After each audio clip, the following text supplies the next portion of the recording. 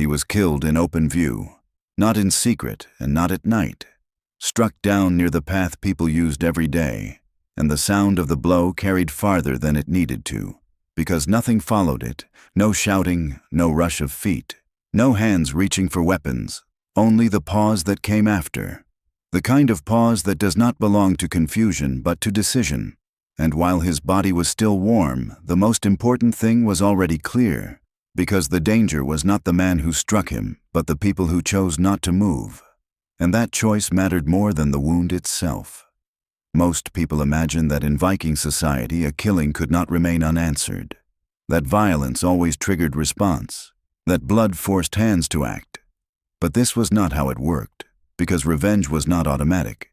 It was conditional, and that condition was not the act itself, but the value of the person it happened to. The man on the ground was not unknown. He had a name that people recognized, a face that had stood among them before, a place he once occupied without question. But what he no longer had was backing, and without that, the killing changed its meaning entirely.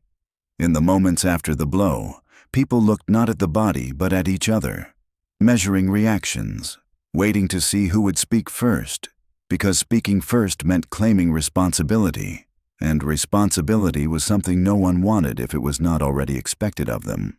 Someone could have stepped forward, could have raised a voice, could have demanded an answer, but doing so would have meant declaring that this man was still worth risk, and no one was prepared to make that claim. Time stretched in a way that felt heavier than any strike, because with every second that passed, the silence hardened, and silence in that moment was not absence, but agreement. The killer did not run, did not need to, because he understood the same thing they did, that this was not going to become a feud, that no gathering would be called, that no obligation had been triggered, and when he walked away, he did so without haste, already knowing what the lack of response meant. People often think of Viking violence as loud and immediate, but the most decisive part of this killing happened after the sound had faded, in the stillness where judgment settled without words. Before this moment, the man who died had already been slipping, though no one announced it, and that was how it always happened. Not with a single mistake, but with a series of small losses, a voice that was no longer supported, a presence that stopped being required, an absence from decisions where he once had a say, and each of these changes was survivable on its own, which is why they were ignored, until together they left him exposed. He still worked, still showed up, still stood in the same spaces, but the reactions around him had changed, not hostile, not open, just thinner, slower, less certain, and that thinning was the warning he did not fully recognize. Protection in Viking society was not a shield you carried. It was something others chose to extend, and that choice could be withdrawn without ceremony. By the time he was killed, the withdrawal was complete, even if it had never been stated, and that was why the response did not come. After the body was removed, not with urgency but with necessity, people returned to their routines with a careful normality, because acknowledging the death too strongly would have forced acknowledgement of responsibility, and responsibility was exactly what had been avoided. No one called for the thing on his behalf. No one demanded compensation. No one challenged the act, and this absence was not a failure of courage, but a reflection of standing, because only those with recognized worth could demand collective action. The man's family, if he had any close enough to claim him, faced a different realization, because grief did not grant power, and outrage did not create obligation, and when they looked for support, what they found instead was distance, polite, measured, unmistakable. They could speak, but their words carried no weight, and without weight, words were only noise. The killing did not escalate because escalation required momentum, and momentum came from shared interest, not shared emotion. This was the reality hidden behind the stories of endless feuds, that violence only mattered when it disrupted something the community still valued. And this death did not. What made the moment sharper was not that no one acted, but that everyone understood why action would not come, and that understanding passed silently from face to face. The body lay there long enough for the message to settle, that this was what happened when a man stood without enough ties, when his presence became tolerated instead of needed. Over time, the event became something people referenced carefully, as an example without explanation, a reminder of what happened when support thinned too far, and the lesson was absorbed quietly by those who remained. What made this kind of death dangerous was not its finality, but its clarity, because it showed, without debate, that belonging was never guaranteed, and that survival depended less on strength than on relevance. The man who struck the blow was not celebrated, but neither was he condemned, and this neutrality was more telling than either reaction, because it confirmed that the killing had been socially permitted before it ever occurred. In Viking society, permission was often invisible until it was used, and by then it was too late to argue against it. Those who witnessed the event adjusted themselves afterward, not by speaking about it, but by shifting alliances, reaffirming ties, standing closer to the right people, making themselves useful where they could, because usefulness was a form of armor, and no one wanted to discover how thin theirs had become. The dead man's name was not erased, but it was not defended either, and without defense, memory did not turn into honor, it turned into caution. Children were warned without being told the story directly, taught to notice when support slowed, when voices stopped backing you, when your presence became optional rather than required, because this was how danger announced itself in their world. This was the deeper function of the killing. Not punishment, but instruction, and instruction did not require explanation.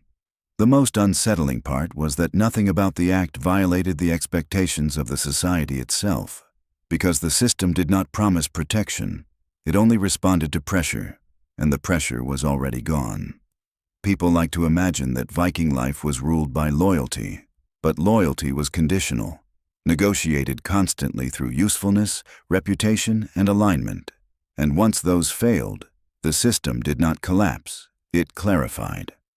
The man who died learned the truth at the last possible moment, when pain was already irrelevant, and what replaced it was understanding.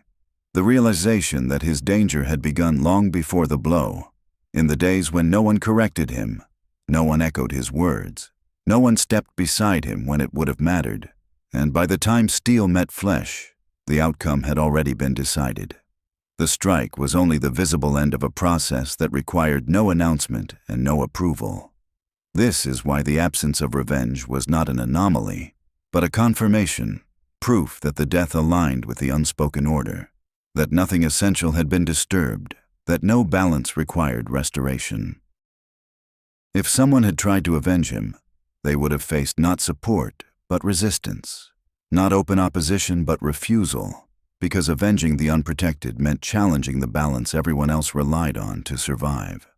In that sense, the most dangerous thing was not being attacked, but being left alone with the consequences. And this was what made Viking society effective without constant violence, because it trained people to monitor their standing continuously, to notice the early signs before silence became fatal. The killing became a boundary marker, a point beyond which no one followed, and in that refusal lay its power, because it showed that survival was less about avoiding enemies than about maintaining relevance. When people later spoke of the event, they did not describe the fight. They described the pause after it, because that pause explained everything. It was the sound of a system functioning as intended, removing what no longer fit without disruption or ceremony. The myth says Vikings lived by honor and answered every wrong with blood, but the reality was colder, because honor did not protect you, people did, and only as long as they chose to. The man who died was not failed by the system, he was processed by it. And the lack of vengeance was not weakness but confirmation that protection had never been owed. And what followed mattered just as much as what did not happen that day, because the place where he fell was avoided for a time, not out of fear, but out of recognition, as if people understood that standing there too long meant standing too exposed. Others who had been close to him began to notice changes as well, invitations that no longer came, questions that were no longer asked, work that was reassigned without explanation because association itself carried weight, And wait could be dangerous if it pulled you toward the wrong side of silence. Some distanced themselves deliberately, not because they hated him, but because remembering him too clearly risked reminding others of how thin protection could become. In this way, the killing continued to work long after the body was gone, reshaping behavior, narrowing options, teaching without words. Men who had once spoken freely became more careful, watching who stood beside whom, counting support before speaking, because the lesson had been delivered publicly, and no one doubted its validity. The dead man did not become a symbol of injustice. He became a reference point, a quiet measure people used against themselves, asking not whether they were strong, but whether they were still necessary. And that question followed them into every gathering, every agreement, every silence, because the system did not hunt those who failed. It simply waited for them to stand unprotected. This was why the killing required no follow-up, because its purpose had already been fulfilled. Order reinforced, boundaries clarified, risk redistributed. In the end, the most brutal part was not the act itself, but the knowledge that it could happen again at any time, to anyone whose backing weakened enough, and that no rule had been broken when it did. That understanding settled deep, shaping choices quietly, because in Viking society, the greatest danger was never the blade you saw coming, but the moment you realized too late that no one was required to stop it.